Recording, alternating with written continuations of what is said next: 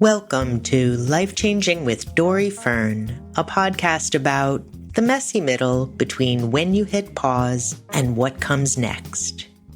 I'm your host, Dori Fern.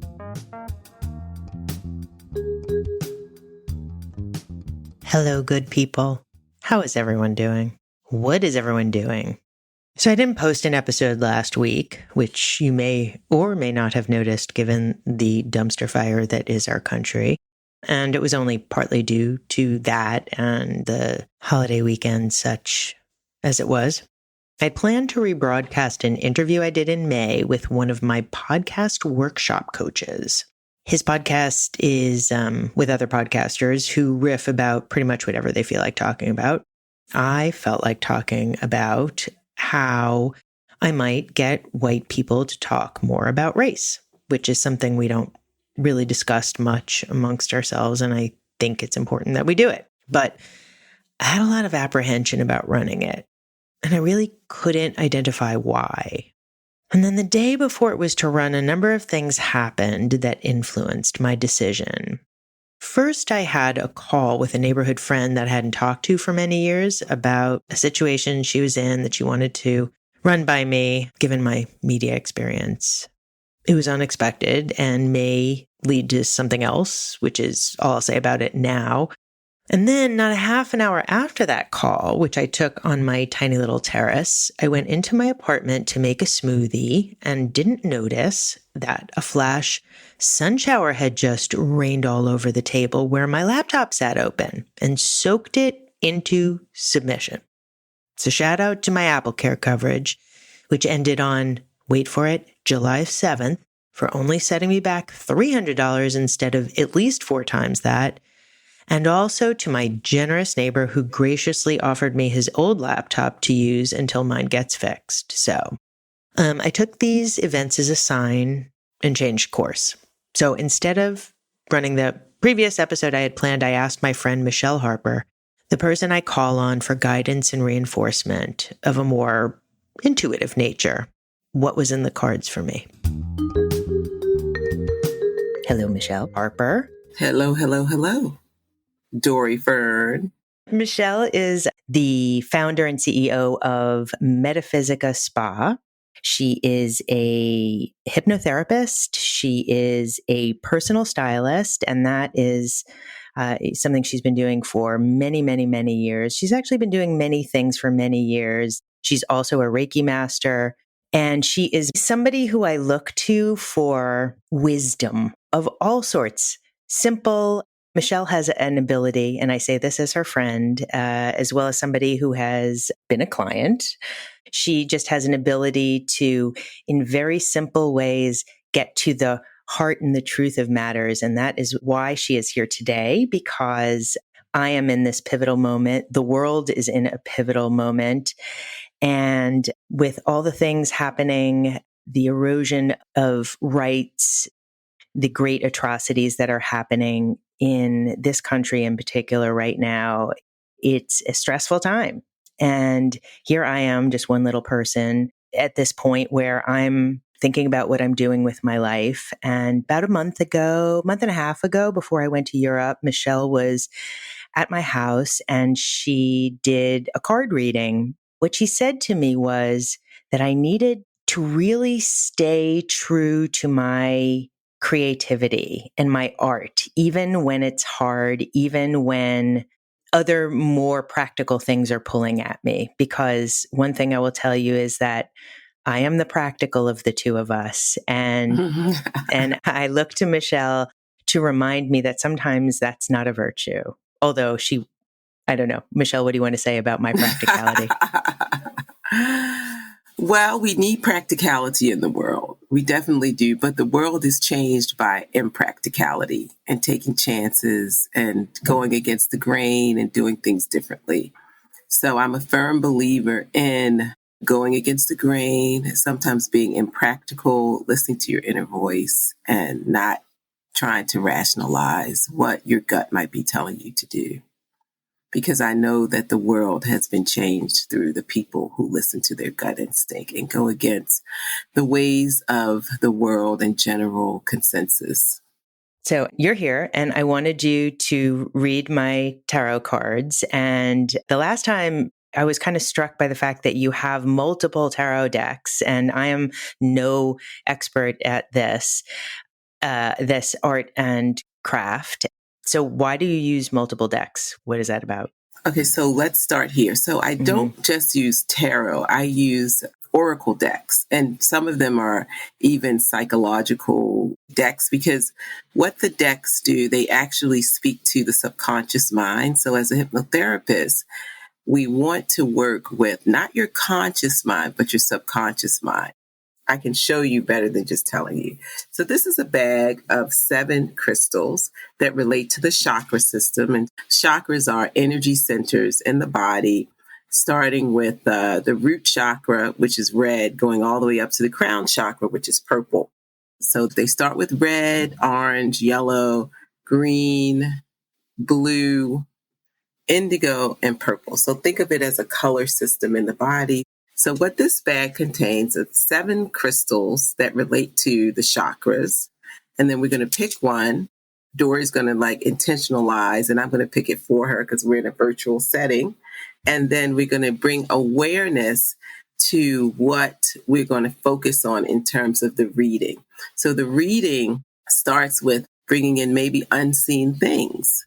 So maybe we're going to bring in her ancestors, or we're going to bring in just some unseen energies to guide and direct us on this journey of telling her what she needs to know.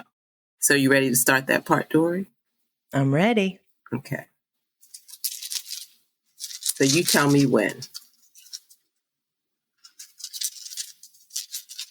Okay. Now. Ooh, okay. So we have, this is orange. This is the sacral. So That was this what was in my mind, Michele Harper. Orange was in your mind? Okay, Yes. So this is the color orange. So if we weren't even talking about chakras, orange is the color of joy, creativity, following your emotions, joy, creativity. It also is how you create abundance. So the orange color is saying, okay, let's bring awareness to Dori's sacral, her emotions and her creativity and her abundance. Okay. And how her flow. So the orange is all about flow, just like water. How are you flowing with your creativity? Childlike joy, innocence, being innocent in your work, in your life, but innocent meaning innocent joy, innocent in terms of your true self. What does your true self need to be emotionally fulfilled? So we start with that. Now what we're going to do, these are called chakra insight cards. These cards are going to relate directly to chakras and energy systems. Now, these cards go from 1 to 52, and she'll give me a number, and I'll count out the number, and then we'll see what card comes up. But first, I'm going to shuffle them. Dori, you're going to give me a number. I don't know why, but the number 17. Oh, okay. So now we're going to count 17 cards. 1, 2, 3, 4, 5, 6, 7, 8, 9, 10, 11, 12, 13, 14, 15, 16, 17. Ooh, grounding. Okay. So the card that we have, I'm going to show you the card. Yeah, thank you. The card that we have is called grounding. It's a red card. So the grounding is the root chakra, right? The root chakra is how you manifest things, how you're connected to the physical world. This card says nature, presence, practicality, and stability. Wow. We were just talking about practicality. Yes, practicality and stability. So we're going to keep going, and then these cards will create a story. So as it relates to the sacral chakra, which is your creativity, your emotions, we're hearing nature, presence, practicality, and stability. So we're going to pick another card. Give me another number, Dori. 32. Yeah. Okay, so I'm going to count out 32 cards. 1, 2, 3, 4, 5, 6, 7, 8, 9. I have to pick lower 10, cards. 11, 12, 13, 14, 15, 16, 17, 18, 19, 20, 21, 22, 23, 24, 25, 26, 27, 28, 29, 30, 31, 32. Okay. Well, also, what it's also doing is, when we do the counting, it's distracting the mental mind. So this card says personal boundaries, choice, assertiveness, empowerment, authenticity. And I kind of think that this is totally relating to what we were discussing. Authenticity, personal boundaries. We have presence, practicality, stability. This is a yellow card. So this card is relating directly to the solar plexus, your will, your focus, your power. So in regards to the sacral chakra, how are you using your power? We're going to pick another card. So we'll have 3 cards, and then we're going to change the decks, and I'll tell you why we changed the decks. So give me another number. 6. Okay, you chose a lower number this time. All right, let's do 6. 1, 2, 3, 4, 5, 6. Ooh, love. Hello. Love. Hello, love. So this is a green card. So this is relating directly. Is that a creature I'm allergic to? Hold on. It's a dog, but the card says love, kindness. It says benevolence, sharing, and receiving. And can I just pause here to say that one of the things that you said to me, anyone who's been listening to this podcast knows that sometimes it's just a couple of words and it sticks with me. And way before the memes about be kind, blah, blah, blah, blah, blah, I was a little rough around the edges, and we were talking about and how to communicate with someone. And your advice was just be kind. So whatever you say, be kind. And I think about that a lot. Well, this card is actually reassuring the kindness thing, and it's all about love. So, so this is really interesting because as I look at, so the grounding card, the first card is a gentleman sitting by a tree holding a tree branch, and it's a red card, and there's a light shining on him. And it says nature, presence, practicality, and stability.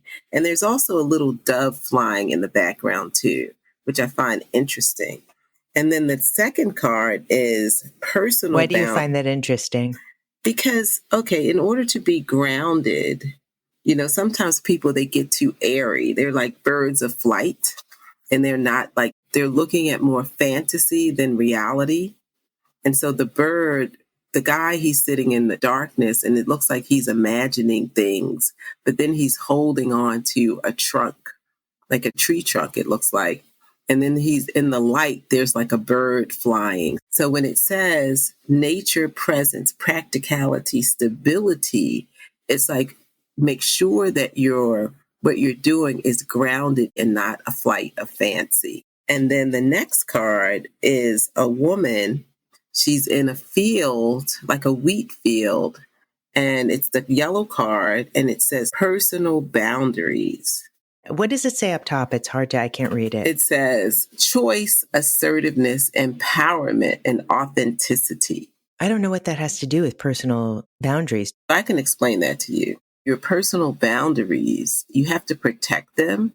And this is also dealing with your solar plexus. For example, if, let's say, everybody wants to go for sushi and you don't like sushi, you're in a group and you just say, oh, okay, I'll go for sushi and go with the flow. And the whole time you're there, you're thinking, I really don't like sushi. And you know that you don't want to go and it's going to be a really expensive dinner, and you just go along with the flow. And then later when you get home, you're really pissed because you spent all this money on a dinner that you didn't like, and you just felt like you made a choice that was not in congruence with what you really wanted. Mm-hmm. So your choice would have been, hey, you know what, guys, I really don't like sushi. I'm not going to go. I'm going to go home, or I'm going to do something different. So empowerment, assertiveness, choice, authenticity.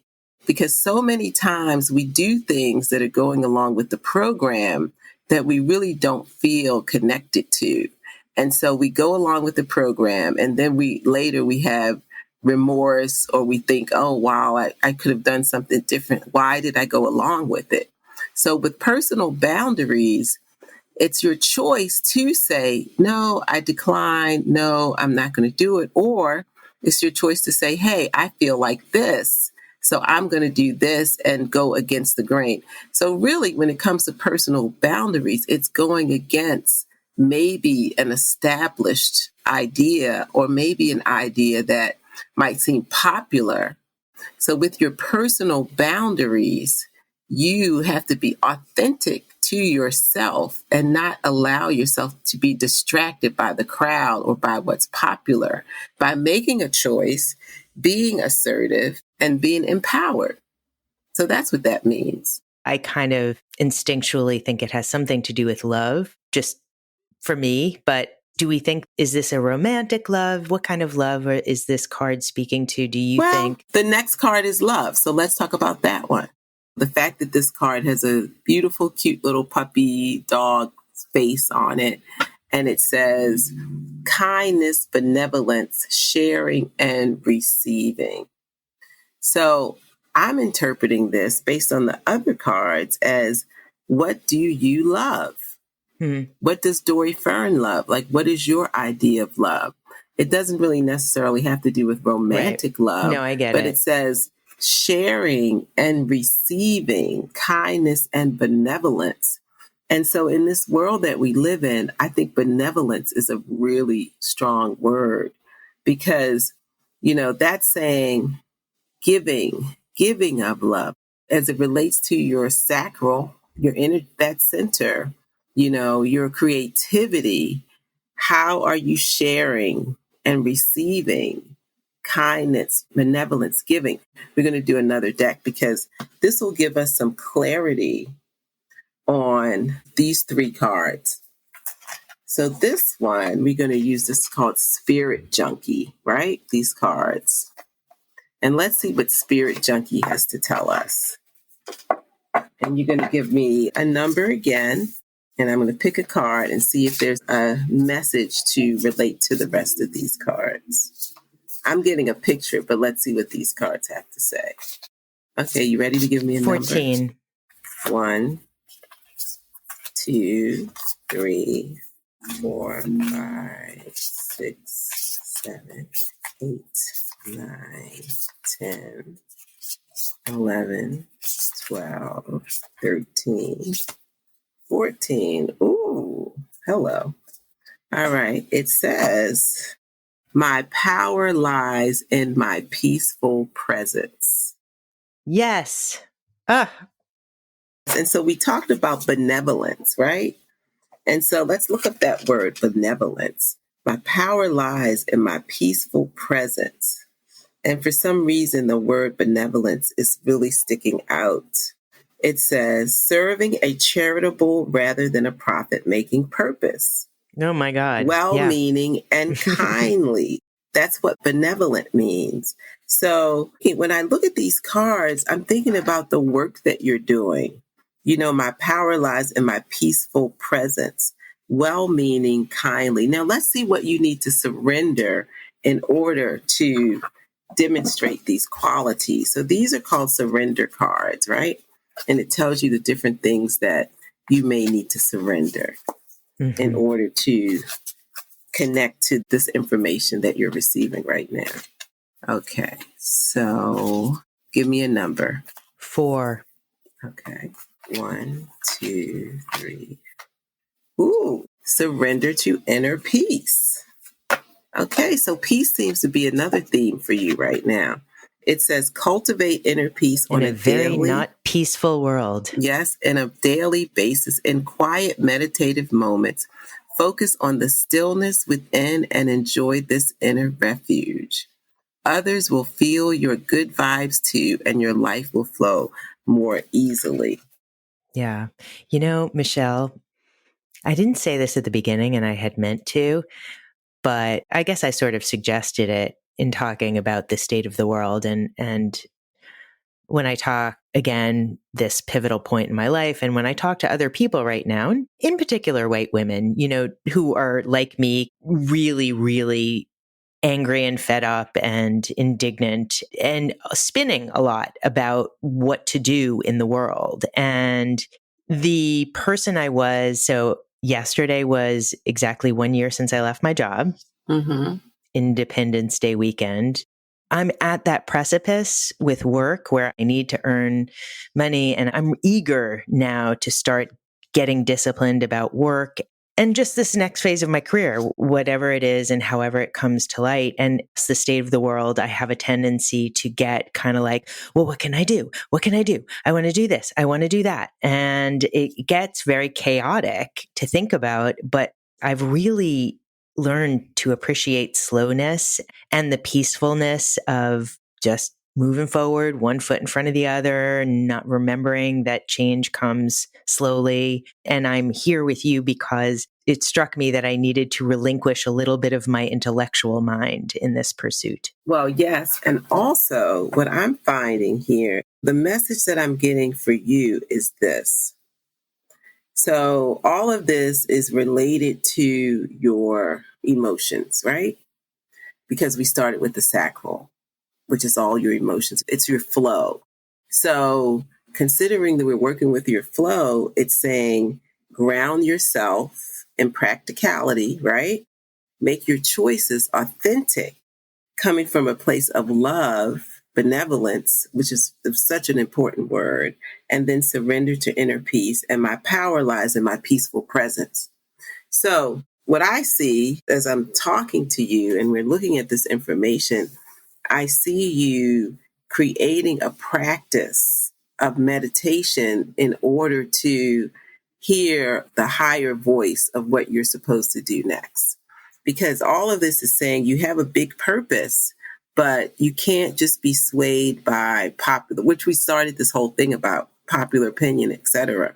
So you will be guided on how to create by going within and allowing yourself to have a peaceful presence versus then a stirred up presence, because everything starts in a small way. And your emotions are catalysts for change as well.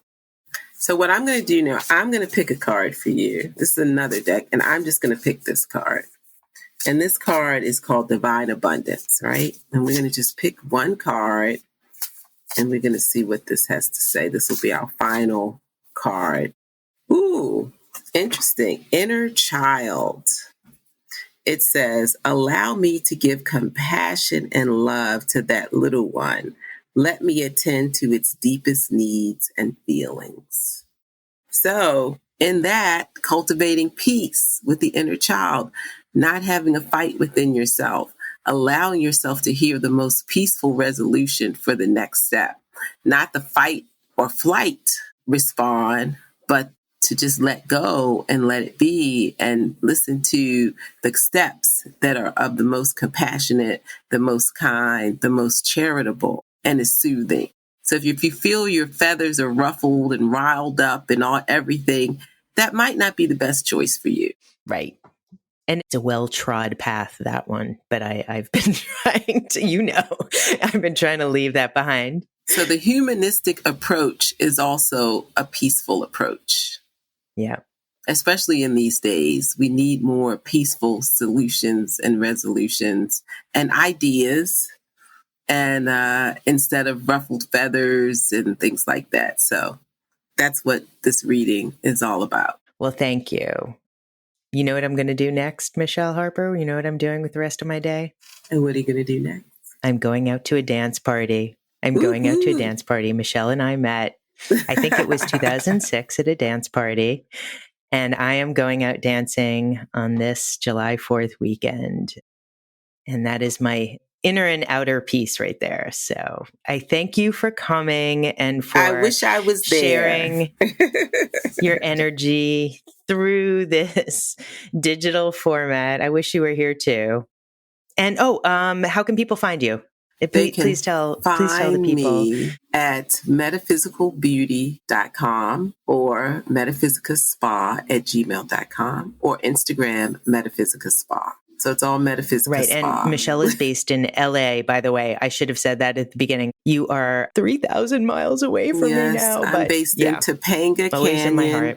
California, up here with the hippies. Dance for me as well today. I will. Take Bye, care. Michele. Mwah. Bye.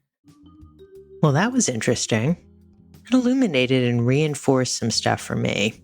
And it struck me after talking with Michele that what was bothering me about that previously scheduled podcast that I didn't run was that it was too much intellectualizing and navel gazing and talking about what I wanted to do and wasn't actually doing. So the reading validated me staying present, listening to my gut in an authentic way. I defined my personal boundaries according to my own standards, and I stayed peaceful and focused in the face of the unexpected. And it may not be much in the scheme of things, but for now, it'll do. Wishing you all well, and thank you for listening. Until next week, take care.